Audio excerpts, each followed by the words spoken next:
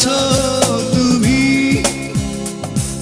সুখী হতে পেরেছো কিনা জানতে বড় সাধু হয়।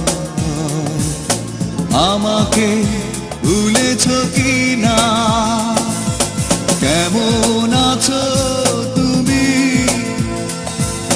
সুখী হতে পেরেছো কিনা জানতে বড় সাধু হয়। আমাকে ভুলেছো কিনা? তুমি